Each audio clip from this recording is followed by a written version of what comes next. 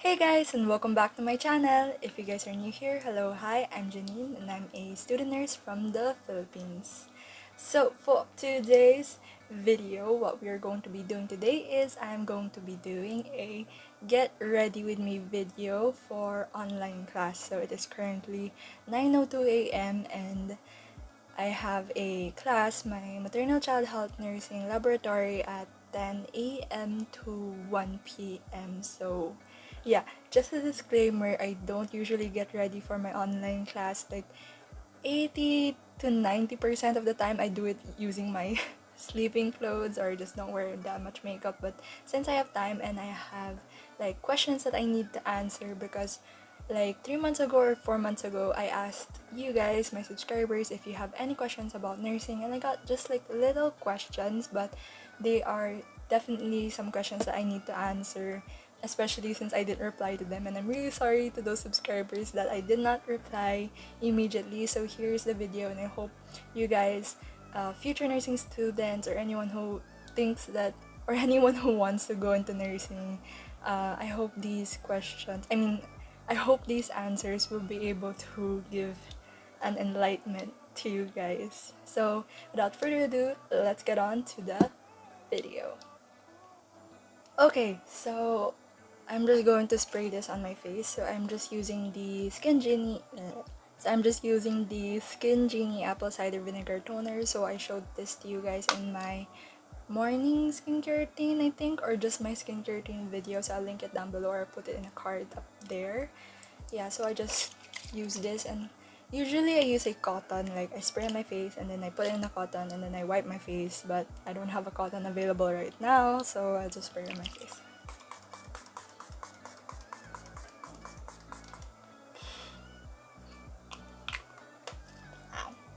One in my eye. And if I'm looking here on my left, the questions are just written here, so I'm reading the questions from here. Okay, so the first question is from Ryujin. Or no, it's not Ryujin. It's Ryujjn. Question is, need po ba na you're really fluent po in speaking English sa nursing? And what should I expect po if I'll choose nursing as my course in college?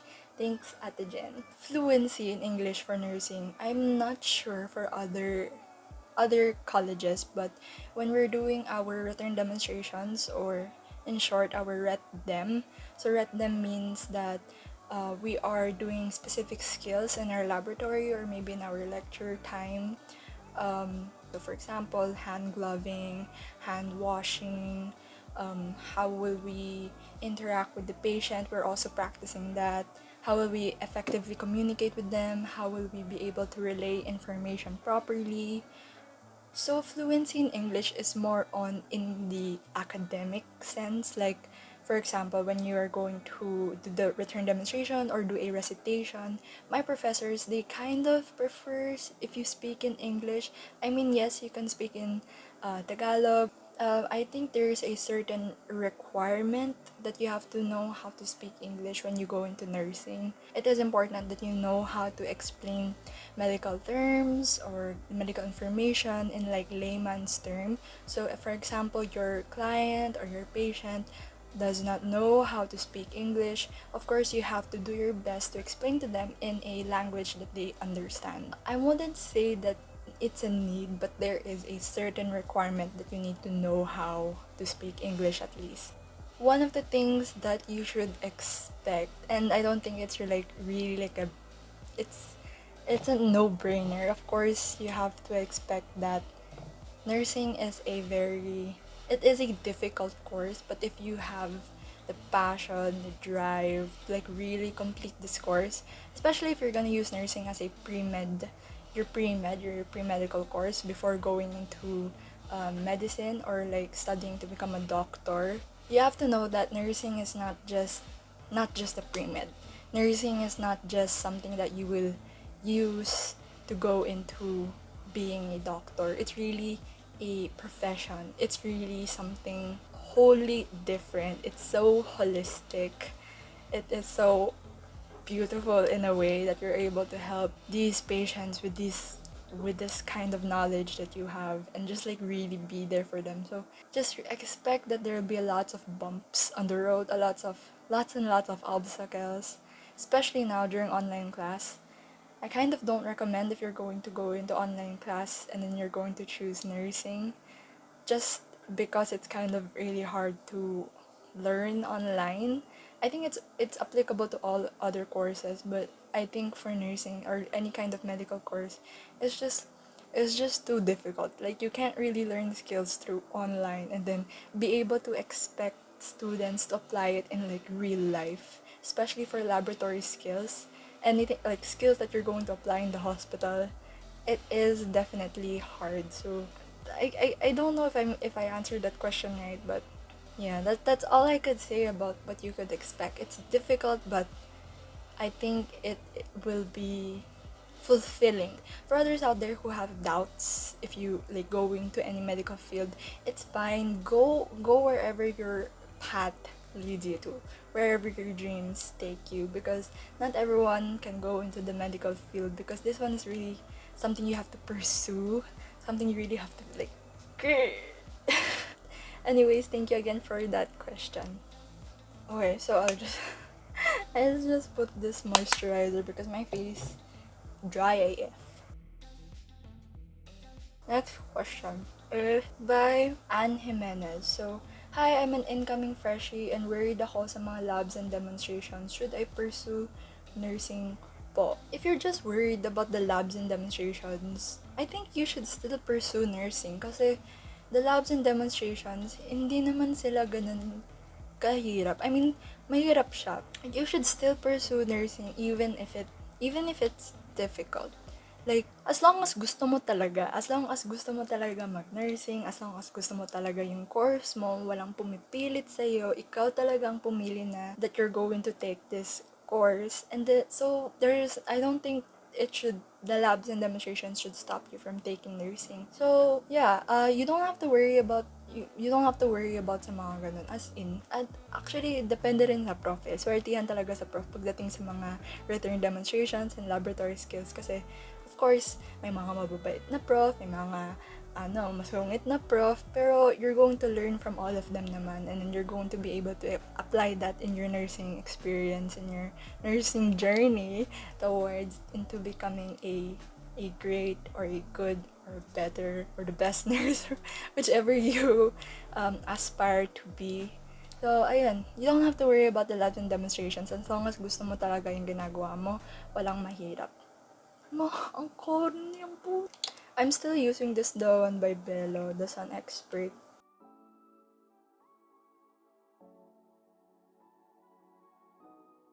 Okay, so next question is by Julian Jongko Hongko. I'm sorry if I'm pronouncing this wrong. Hi po ate, is it okay to pursue nursing sa PLM po ba while online class pa? And if ever okay po ba if sa actual class na? Honest answer po kasi baka pala rin sa PLM mag-nursing. Thanks po. Ayan, so congratulations pala sa mga taong pumasa sa nursing. Mga incoming freshies pala natin sa PLM. Congrats! And sa mga second years ngayon, but yung mga magsa-second year next school year, congrats din sa inyo. You guys survived being a freshie. Now you're going to become a sophomore. If you're looking for an honest answer, I hope none of my profs watch me, pero you're asking for an honest answer, and I will always be honest with you guys. I'll always be truthful to everyone. I don't recommend PLM during online class. Oh my gosh. Ide-deport na ako. I mean, I'm not saying na don't go to PLM, na wag ka mag-online class sa PLM, na pangat talaga ang PLM. Pero if looking at the teaching, like, a lot of my professors, they're not techie, or they're not they're technologically challenged. It's just difficult. Generally, online class. I don't know about other colleges, pero I don't want to say na talaga PLM is like a really bad university. I mean, I love it talaga. I love being in PLM. I'm thankful for being in PLM. I'm grateful for being in PLM.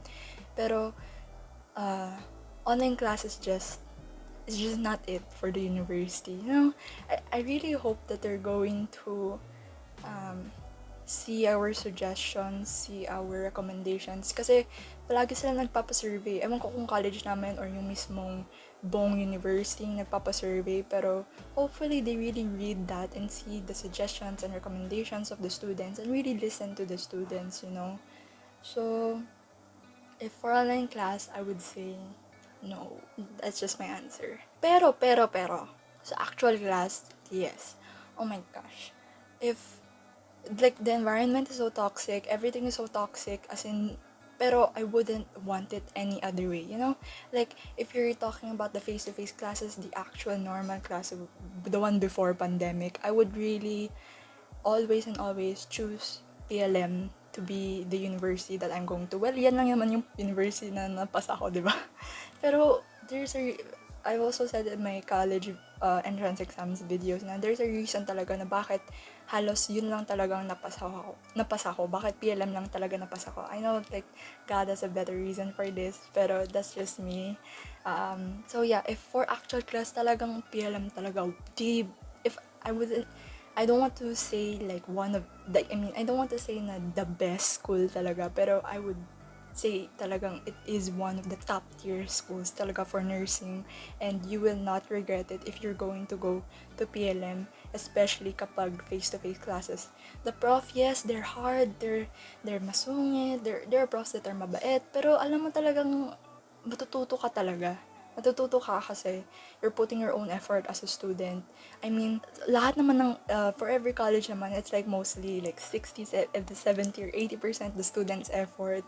Talagang PLM will just really push you to become better. Ewan ko, I wouldn't take it any other way. I hope that answers your question. I wouldn't choose any other university to be at except PLM. So yeah. Thank you for that question. So we have actually only 3 questions left na lang. Okay, so our next question is by Nolly Julianes. So the question is, suggestions po kung anong tech ang pinaka-useful as a nursing student, laptop or iPad. Ask ko lang din po kung hindi po ba makapasok pag walang voter's ID ng Manila. So yeah, thank you for that question, Nolly. When you say about like tech stuff, of course, not iPad. Oh my gosh. Don't get iPad, guys. Kumuha kayo ng laptop kasi laptop, you can do anything with it. You can print, you can like literally do anything in a laptop. iPad kasi, yung ginagamit ko for my iPad now, mostly I'm just playing games like Call of Duty, watching Netflix, So, pero if you're talking about like academic, yeah, it's good for if you're going to write notes. Pero if you really want to go into that digital note-taking style, pero I just wanted to you guys to know this. When we go back to PLM, when we go back to face-to-face classes, hindi ko sure if pwede yung magsulat sa iPad during classes. As I said before, only tried it once kasi during my biochemistry class. Pero kasi hindi kasi strict yung prof ko nun, super mabait siya, and I never tried it in my other nursing classes or any other major nursing classes. Kasi syempre natatakot ako, diba? Especially, freshie pa lang ako, mamaya maano pa naman ako, reprimand pa ako, diba? So, I still recommend the note-taking, like using yellow pad or a notebook. Pero, if you're talking about like this online class and gusto mo mag-digital note-taking, yeah, use an iPad. Pero, if you're talking about like wholly, like what you need talaga, this whole college life of yours, what you really need, you buy a laptop. Kailangan ng laptop. It's better to have a laptop of your own rather than an iPad. Kasi, mas madami ka parang magagawa sa laptop, guys, kasi sa iPad. Okay? Thank you for that question. Ay, ano pa pala? Di ba yung sa voters ID ng Manila, makakapasok pa rin kayo, guys, kahit non-Manila resident kayo. You can get into PLM if you are not a Manila resident. So that means people from Visayas, people from Mindanao, anywhere around the Philippines, you can enter PLM. And I'd just like to say, dito sa PLM, our president actually parang nagtanggap yata siya like more than 3,000 or more than 5,000 5,000 new students for this new school year, this coming August yata or September.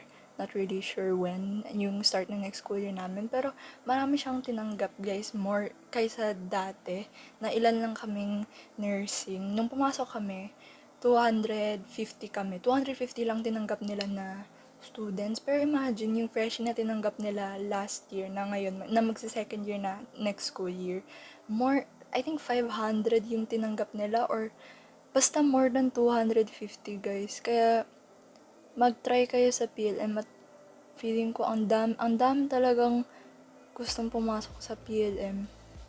As in. Kaya, if I were you, take your chance na gawin mo na, pumasok ka sa PLM, magkita-kita tayo sa face-to-face class. Sana hindi pa ako graduate, no? Na, pag fourth year na ako, pero mag-graduate ako online class. Lord, sana hindi, ayoko. Kailangan ko pa rin ng face-to-face class. I need face-to-face class to like refresh everything that I tried to learn this online class. So, ayan, pwede kang pumasok sa PLM kahit hindi ka taga Manila. Kahit wala kang voter's ID ng Manila. It's okay. Okay, so next question is by Rowan Messinas. Meron pa din po bang entrance exam sa PLM? May nagsabi po kasi sa akin na wala na daw po eh. Oh my gosh, late ko na pala ito nasagot. Grabe, sorry. Pero as of now, I know na wala na yatang entrance exam ang PLM. I know the last one was nung May 7 yata. Ayun, sorry. Pero ayun, ngayon kasi wala na. Sorry, late ko na pala nasagot mo, Rowan. Next time, kapag may mga ganun na questions, sasagutin ko na kagad. And last question, pero nasagot ko na to, and it was 2 months ago by Camilas Dogo. So, hello po, madali lang po ba yung mathematics in the modern world na subject? Yes, madali lang siya if magaling ka sa logic and like basic math. Like, it's literally medyo senior high math. Or like, it's kind of like junior high math din. Madali lang siya. It's more on like logic, which I don't have. So, if magaling ka doon, if magaling ka mag-analyze, ayun, okay ka na. So that is it for today, guys. Thank you guys so much for watching. So if you have any more questions, please leave it down below. Use the hashtag nursingwithjen. So para madali kong makita, and I will also be using it for a future video. And just another yung announcement ko ulitin ko, meron akong Instagram page where I hand out free reviewers. So I started with the anatomy and physiology, and maybe around the end of June I'm going to start uploading about nursing theorists. So hopefully you guys can check that out. I'm going to put it in the card right up here, and I'm also going to put it down in the description box down below so that you guys can check it out. And so if you guys like this video, don't forget to click the thumbs up down below, subscribe, and hit the notification bell so you guys can be notified every time I upload a new video. So I will see you guys in the next one. Bye!